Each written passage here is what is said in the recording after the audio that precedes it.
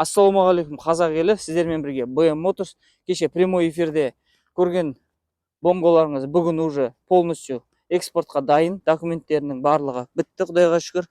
Машинаның жылы 2022 10 ай, 22 000 пробегте, мультирулі бар, подогрев обдув сиденья, подогрев руля, подогрев зеркал, аудиосистемасы Bluetooth мен, климат контроль, удержание полосы, антизанос, 2.5 автомат.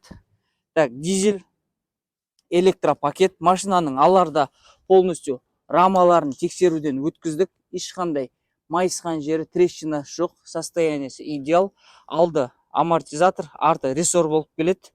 Бұл машинаның крепленелерінің барлығын заводской қылып, идеальный қылып жасаған. Достар, осы трос көтерілу үшін істелген. Бұл машинаның размерін айта кететін болсам, биіктігі 1.80, ені 1.65, ұзындығы 2.75. Және бір ерекшелігі, сен жұмыс істеп жатқан кезде водитель байқамай жүріп қалса, водительге сигнал орналастырылған. Светтері де бар, екі жерде лампочка қойылған. Водитель іште отырып жағалады светтерін. Так, машина Азамат бауырымызға 12 миллион 300 мың теңгеге под ключ шықты. Азамат бауырым, машинаң тағы да бір рет құтты болсын.